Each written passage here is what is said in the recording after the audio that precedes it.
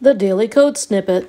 CSS stands for Cascading Style Sheets. It is a language that allows you to create rules that specify how an element should appear.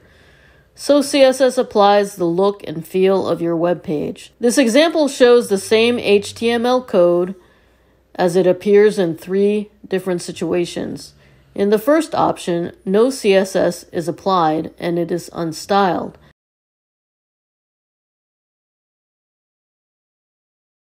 The second option shows the exact same HTML code styled with a top navigation.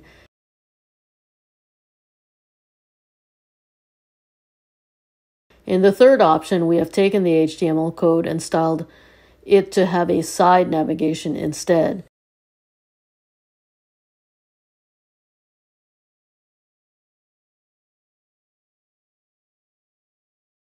In the next videos, we will learn about how CSS came to be.